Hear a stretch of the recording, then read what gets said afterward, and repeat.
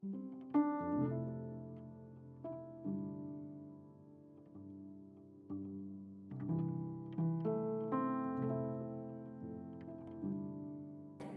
think I was interested in psychology for years. Since I was a child. But I came to U.S. with my husband in 1998, and I was pregnant. It was a not easy time, and everything was new for me. New country, new language, new culture, new baby, new life. Everything was new and pretty difficult. So I noticed that I'm depressed, and my doctor suggested me to see a therapist. So that was my first experience in therapy in U.S., and it was very helpful. But my husband was a student, we didn't have enough money, and my insurance didn't pay that time for therapy.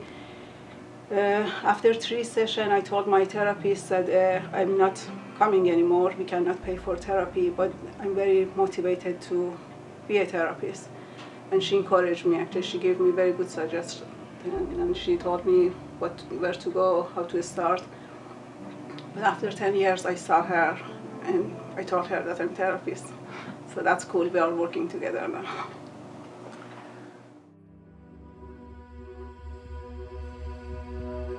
Why do you think a lot of kids these days, especially teenagers, refrain from going to therapy?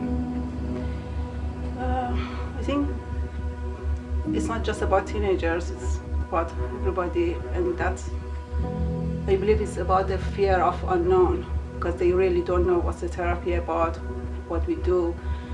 And that's our nature, that when we don't know anything, that's how people survive.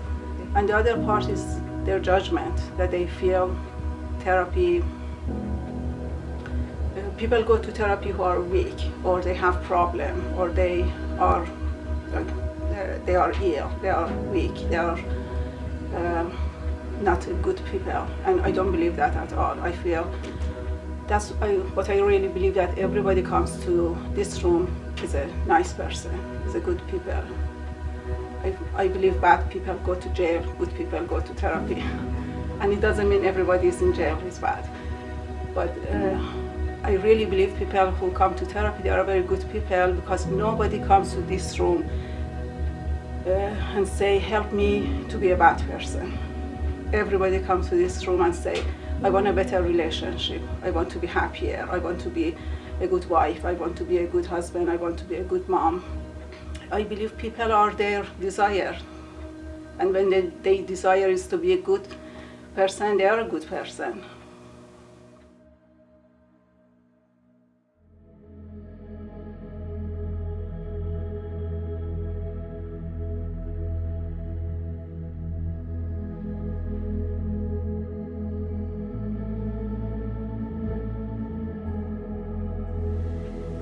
I think the cool thing about therapy is that you don't have any relationship with your therapist. It's absolutely confidential, and you are not worried about anything. If you talk to your friends, you feel I may hurt my friends' feeling. Maybe they feel responsible. Maybe they take advantage of what they know about me.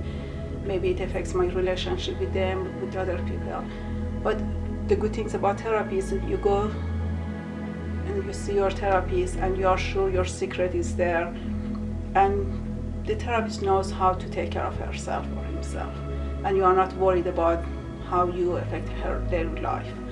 You are not worried about anything. You just focus on yourself, and that's the time is just for you. I think this is great. That's what I still go to therapy, because there are some issues that I don't want to talk to my husband. I just feel he may get upset, or he feels responsible for me, or he takes it personal. I don't want to talk to my friends because I don't know how it affects their life. But when I go to therapy, I'm absolutely free. I can talk about anything, and with this hope that my therapist doesn't judge me. But the good things about therapy, I don't feel there is a good space between us. There is a good boundaries between us. My clients come here and they, for example, they abuse themselves. They may do self-harming. It's very upsetting. It makes me very sad. But I don't try to stop them. I don't tell them you have to do this or that, because I know it's not helpful. I just try to support them, be for them, and just show them that they don't deserve that, and I leave for next week. And I think it's impossible to have this relationship with a friend. So when people ask me when is a good time to go to therapy, I usually ask them, when do you look at the mirror? And why do you look at the mirror? I believe what therapy does is the same thing that a mirror does to people. You may have a haircut and ask me, do I look good? If I say yes or no, still you want to look at a mirror because you feel a mirror doesn't lie to you. There are some mirrors that they make you fat or tall or short, but it's just for fun. You want a real mirror that shows your real picture.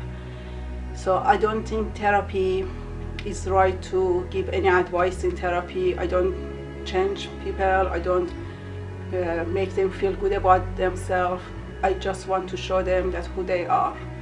And I believe the reason people are struggling because they don't believe in themselves. They come to therapy and they tell me, I want to be happier, but happiness is inside of themselves. And I feel my job is just taking a mirror and say, look at this is lovely. You're lovable, you're enough.